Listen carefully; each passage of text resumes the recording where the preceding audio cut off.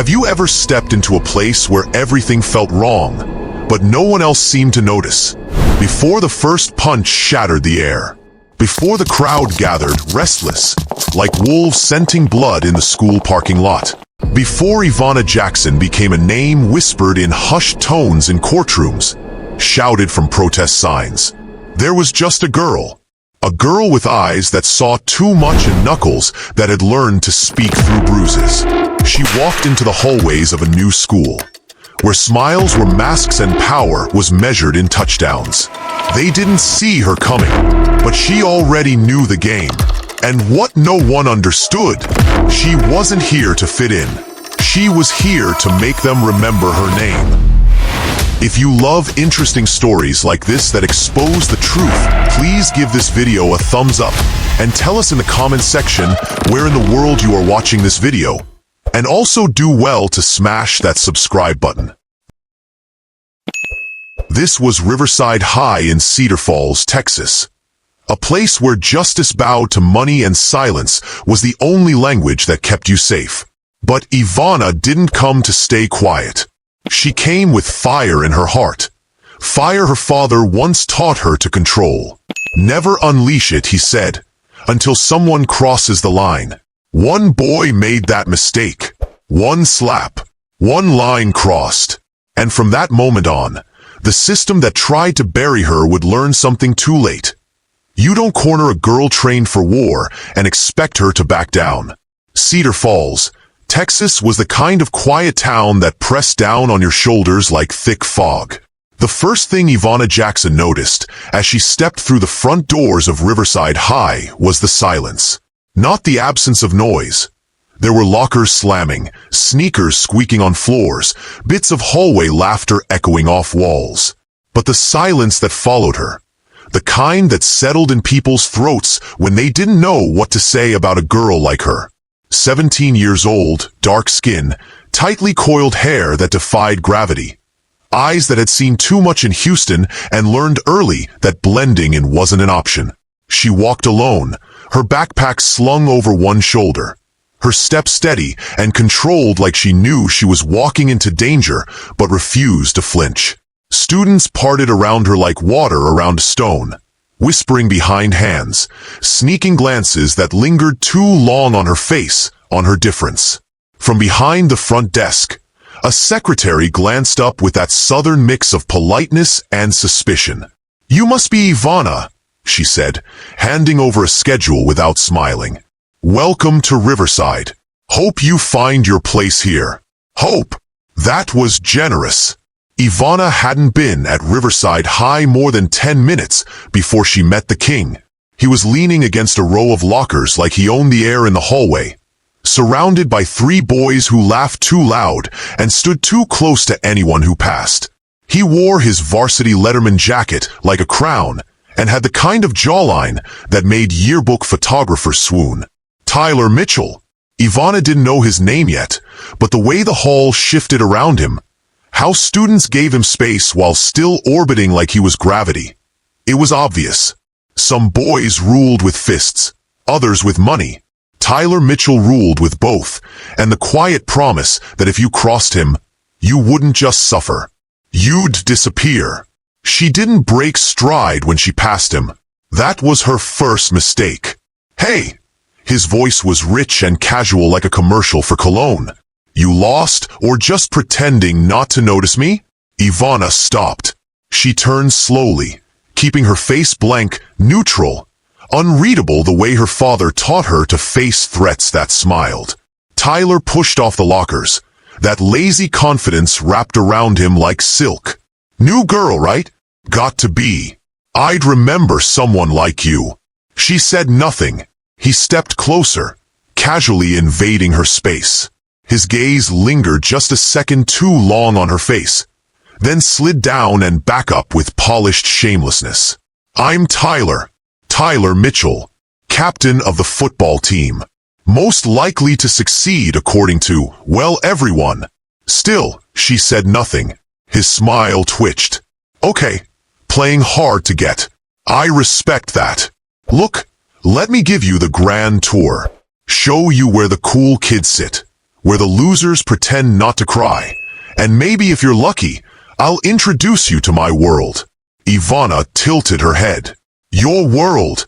He grinned. Yeah. See, I've been here since kindergarten. My dad's the school board president. My mom donates a new trophy case every year. Half this building probably has our last name carved into it somewhere. Must be nice, she said. Owning things. Tyler blinked, thrown for a beat, then chuckled.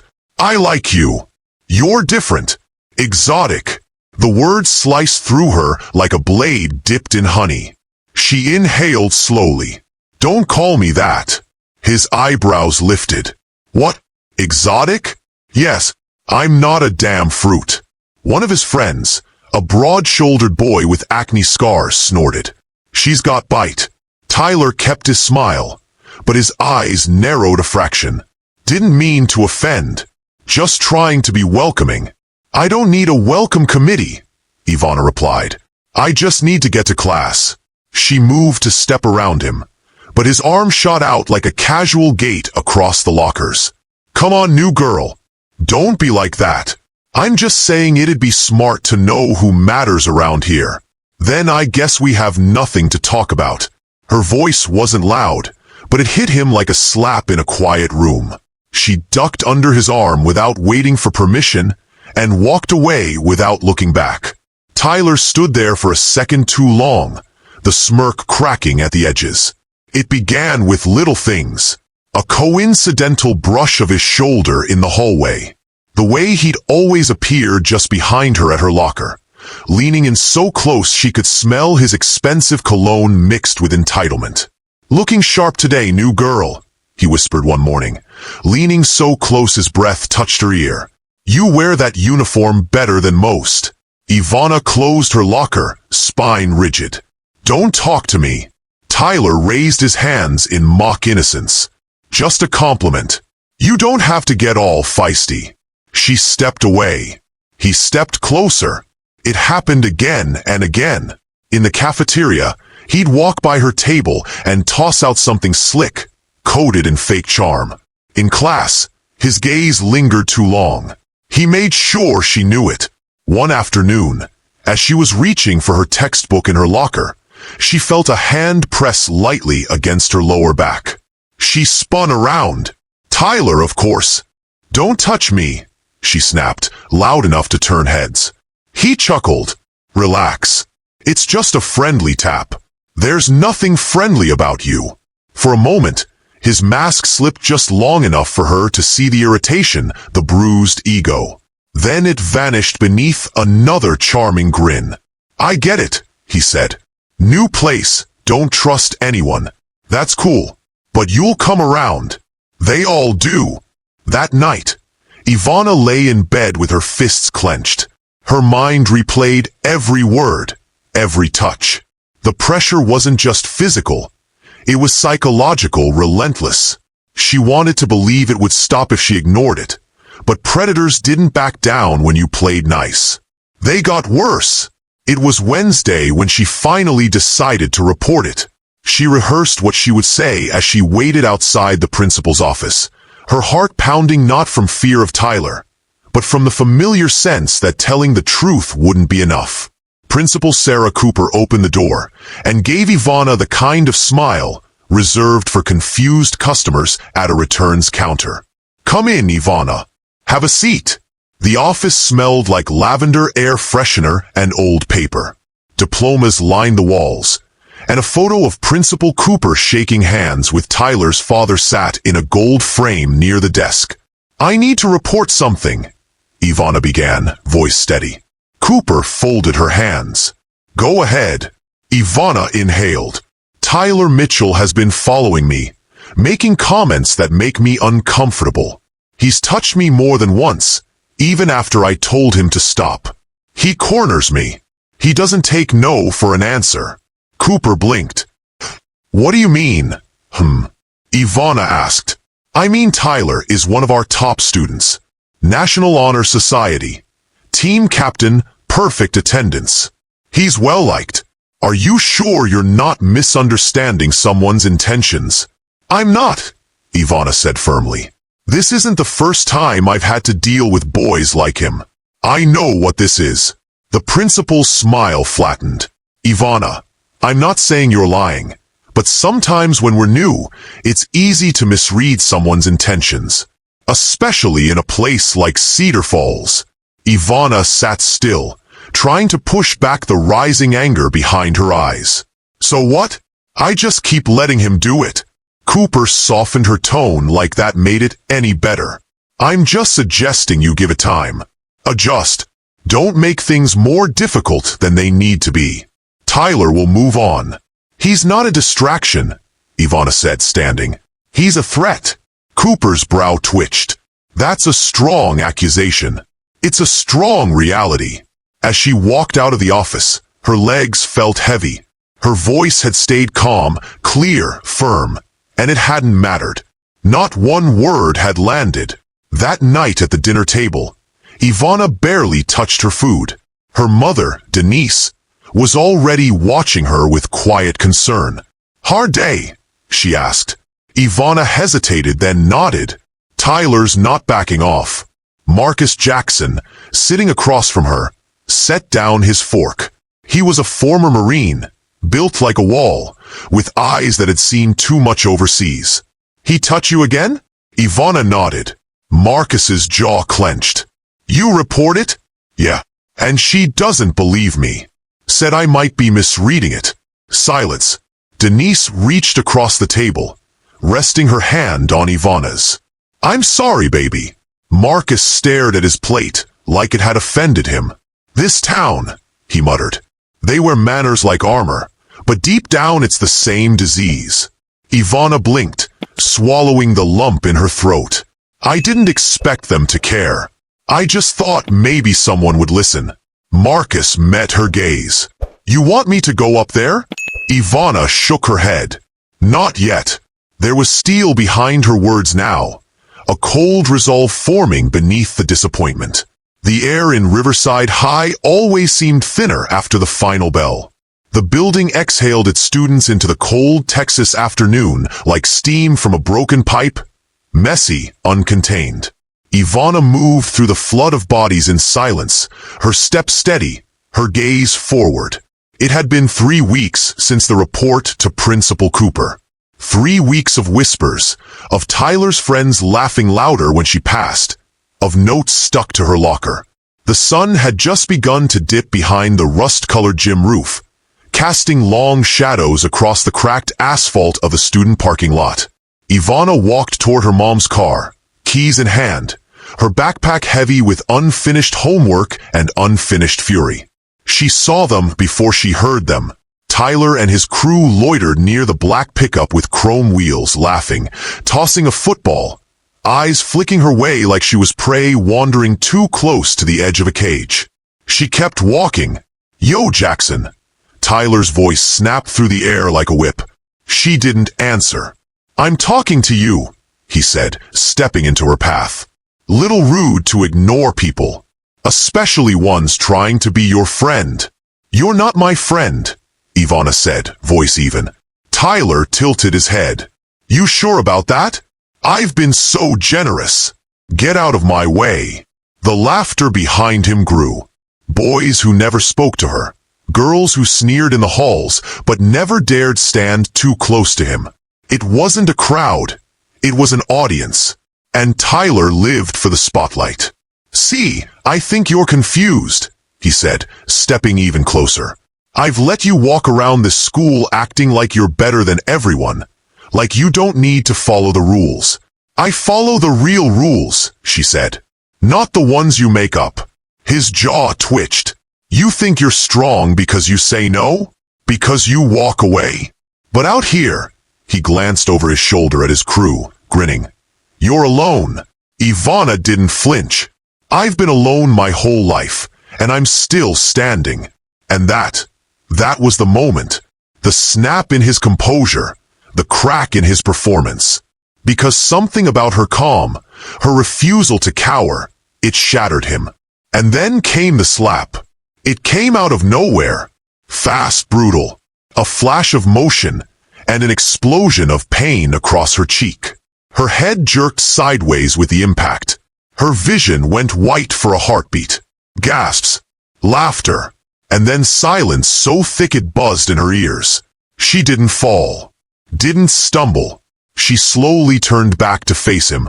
Her hand rose not to strike, but to press gently against the growing heat on her face. Her eyes met his, and something in them had changed. Gone was the guarded stillness. Gone was the patience. What remained was ice, clean, sharp, deadly.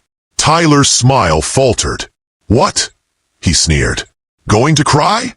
But she didn't cry. She didn't speak. She just stared as if she could see through his skin and bones and legacy, all the way down to the fear at the bottom of him. She stepped forward once. Not aggressive, not loud, just a single, deliberate step. And Tyler stepped back.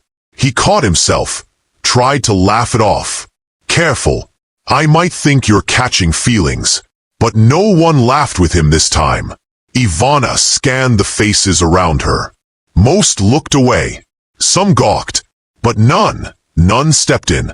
And she understood in that moment that this town wasn't built on justice. It was built on silence, on protecting boys like Tyler and suffocating girls like her. She looked back at him, voice calm as frost. "This isn't over." Tyler shrugged. "Whatever. You won't do anything. No one ever does." But his voice lacked certainty.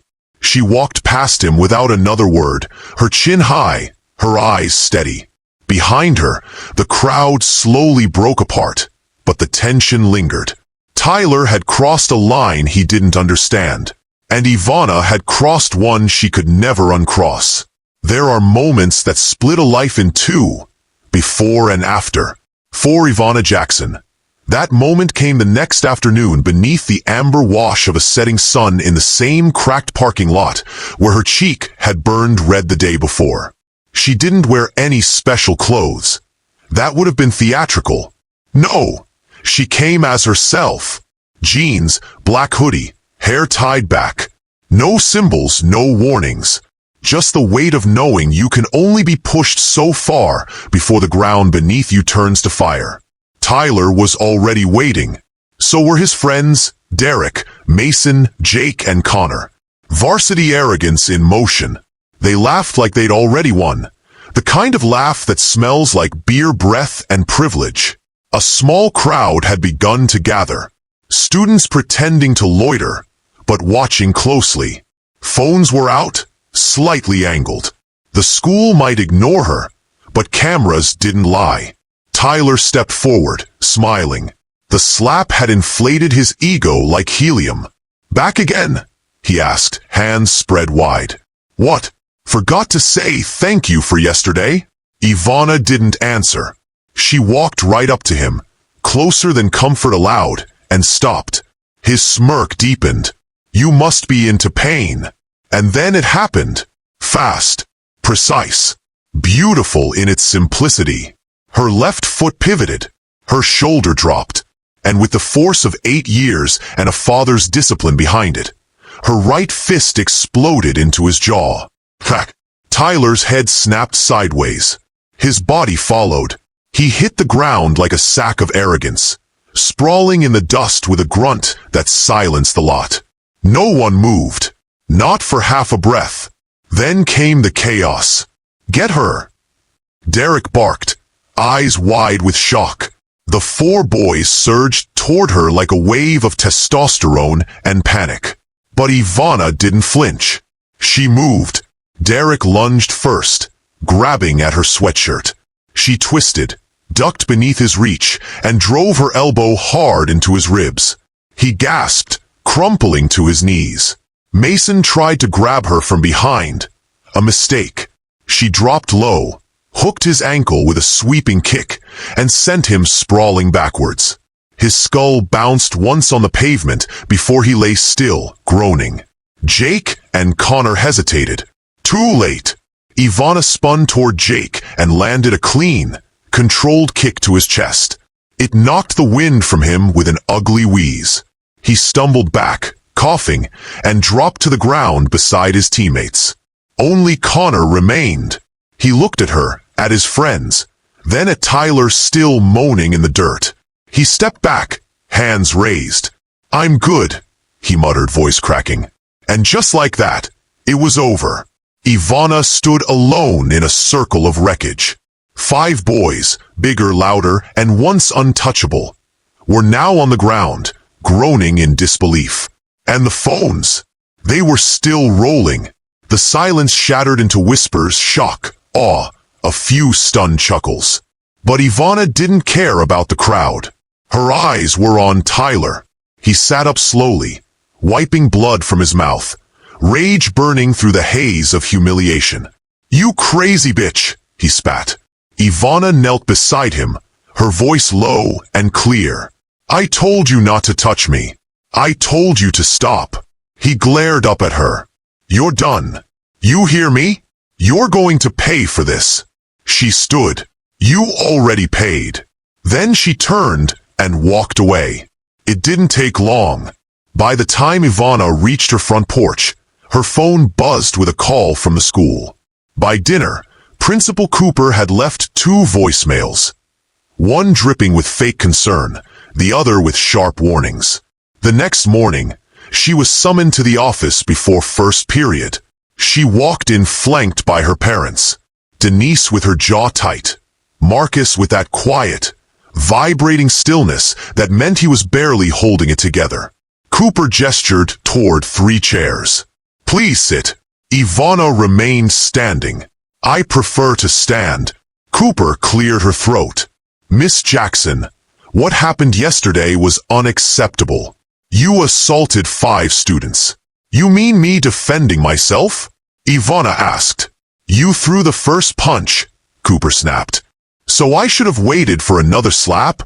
"Violence is never the answer." Ivana's voice dropped. It was the only language he listened to.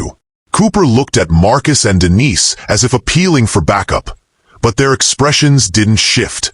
"I'm suspending Ivana for 5 days, Cooper announced. "Effective immediately." Marcus rose. "And Tyler? He's recovering. We're still gathering information. So no consequences for him?" Denise said coldly. "Even with witnesses? With video?" Cooper shifted in her seat. "We don't act based on social media. We have a process." "Your process is broken," Ivana said. "No," Cooper replied, eyes flashing. "This isn't about a process. This is about you making a spectacle, about creating an environment of fear." Ivana leaned in. "I didn't create the fear. I just stopped pretending it didn't exist."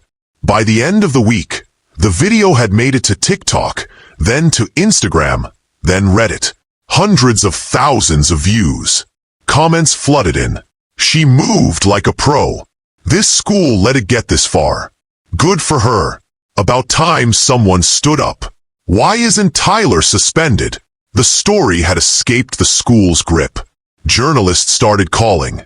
Parents started asking questions. And Cooper, she began to sweat beneath her smile.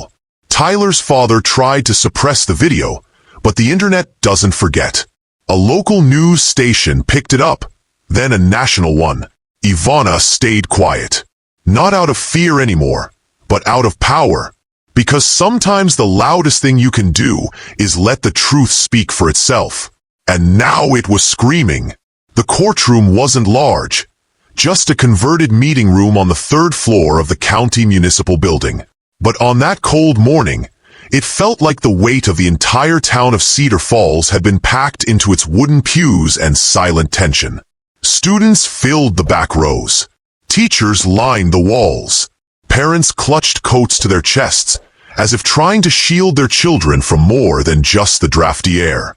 And at the center of it all sat Ivana Jackson, no longer in handcuffs, but still burdened by the invisible chains of what she'd been made to carry. She sat straight, her chin lifted, eyes steady. Her black blazer fit snugly across her shoulders. Across the aisle, Tyler Mitchell lounged in his seat like a bored prince fallen from grace.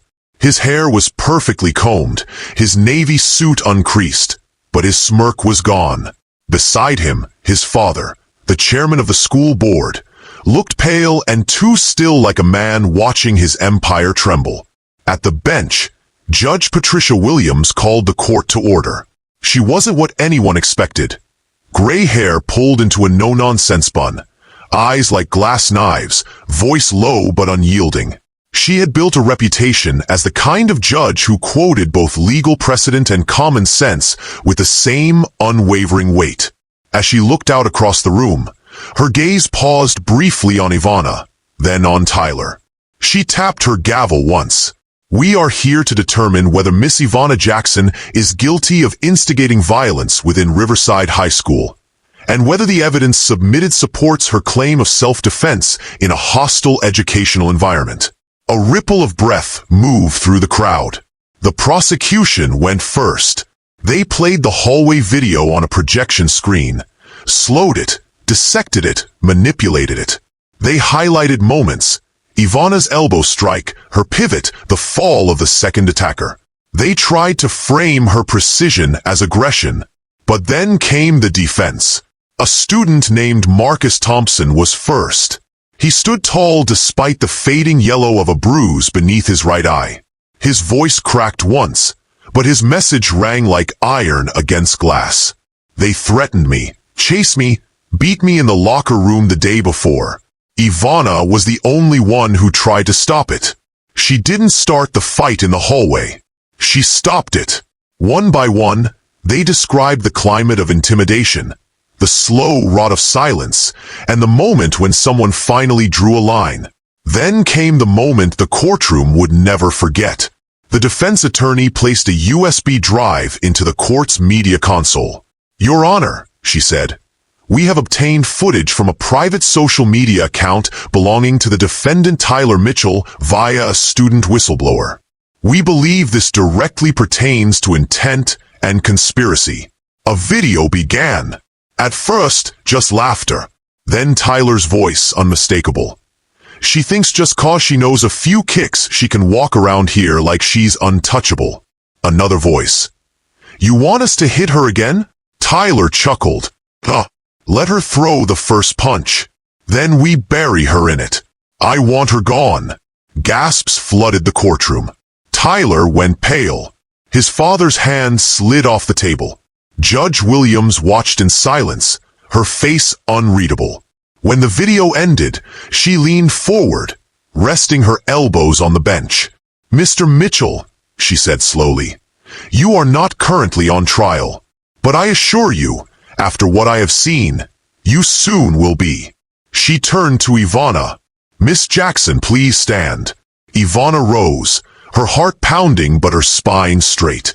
The evidence presented today shows a clear pattern of harassment, intimidation, and premeditated assault.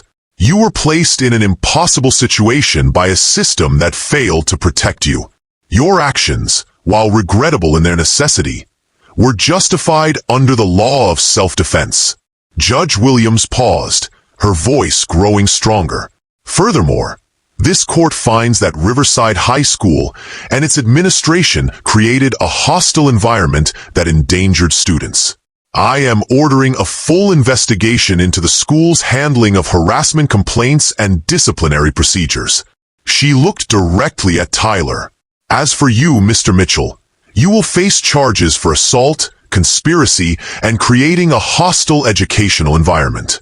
Your actions were not those of a young man making mistakes. They were the calculated behaviors of someone who believed power made him untouchable." The judge turned back to Ivana.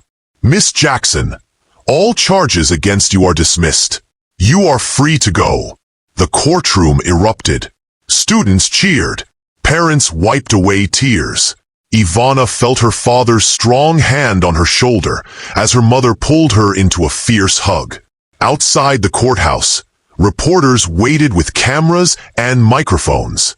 But Ivana walked past them in silence, head high, surrounded by friends who had found their voices because she had found hers. She had come to Cedar Falls as a girl trying to blend in. She was leaving as a young woman who had learned that sometimes the most dangerous thing you can do is stand up. And sometimes it's the only thing you can do. The fight was over.